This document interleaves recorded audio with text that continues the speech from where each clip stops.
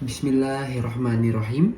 Assalamualaikum warahmatullahi wabarakatuh. Perkenalkan, nama saya Farah Adinata Maksum atau biasa dipanggil Aye. Saya berasal dari kelas 101 di sekolah saya yang tercinta, yaitu Sekolah SMA Islam Al-Azhar 22 Cikarang. Di kesempatan yang berbahagia kali ini saya akan sharing mengenai tokoh yang menurut saya sangat inspiratif. Kenapa saya memilih tokoh ini? Karena kerap kali ya, kebanyakan anak-anak zaman sekarang, anak-anak zaman saya sudah lupa akan pahlawan yang lahir di tanah yang mereka sendiri.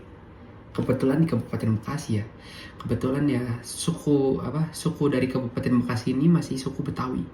Kebetulan teman-teman tokoh yang akan saya ulas ini berasal dari tokoh Betawi. Mungkin teman-teman sudah ada yang tahu, tapi belum tahu gimana sih cerita kehidupan dia. Apa sih yang membuat dia menarik? Ya mungkin kita sekedar tahu ya namanya saja ya. Oke, let's see. Mari kita mulai. Pada suatu masa di tanah Batavia yang sedang dijajah dan dikuasai oleh Belanda, lahirlah seorang anak dari keluarga yang sangat sederhana di daerah kampung Rawabelong. Ia bernamakan Solihun, tapi dunia mengenalnya sebagai Si Pitung. Ia lahir pada tahun 1860-an dan ia wafat pada tahun 1893. Si Pitung adalah seorang tokoh legendaris berasal dari Betawi. Ia dikenal sebagai jagoan kampung dan dijuluki sebagai Robin Hood dari Betawi karena aksinya yang selalu membela rakyat kecil. Ia mencuri dari orang-orang kaya atau tuan tanah yang dianggap menindas. Lalu, ia membagikan hasilnya kepada rakyat-rakyat miskin. Pitung dibesarkan di dalam keluarga yang sangat religius.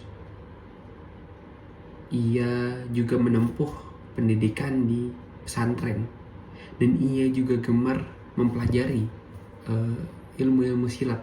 Sehingga orang-orang di zaman itu berkata bahkan ia memiliki ilmu kebal loh.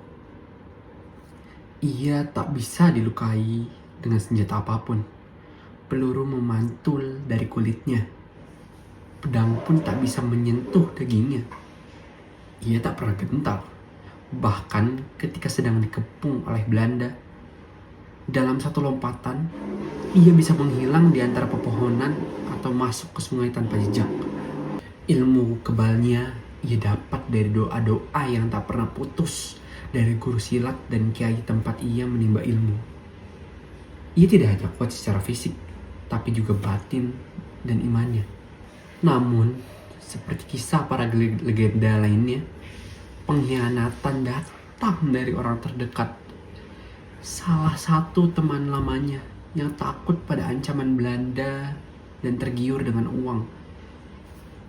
Ia membocorkan rahasia terbesar Pitung, bahwa ia hanya bisa dilukai jika tidak membaca wiridnya dan ditembak dengan peluru emas. Pada suatu hari nahas, saat Pitung sedang lengah, Belanda menyerbu tempat persembunyiannya. Sang opsir, Haji Kroy, menembakkan peluru emas yang menembus tubuh Pitung. Darahnya tumpah, namun kepalanya tetap tegak. Bahkan dalam detik-detik terakhir, ia tetap tersenyum. Senyum kemenangan. Karena rakyat mencintainya. Dan kebenaran tetap hidup di dalam hati mereka. Meski jasadnya telah gugur, nama Si Pitung tak pernah mati. Ia hidup dalam cerita rakyat, dalam lenong, dalam sejarah yang tidak bisa dihapus oleh penjajah. Ia bukan sekedar jago silat, tapi lambang keberanian, keadilan, dan cinta untuk rakyat. Satu semboyan yang bisa saya dapat dari cerita yang saya bahas ini, yaitu selama masih ada ketidakadilan, semangat si Pitung tidak akan pupus, tidak akan hilang, tapi semangatnya akan selalu hidup di hati rakyat. Sekian dan terima kasih. Mohon maaf bila ada salah kata. Wabillahi taufiq wal hidayah. Wassalamualaikum warahmatullahi wabarakatuh.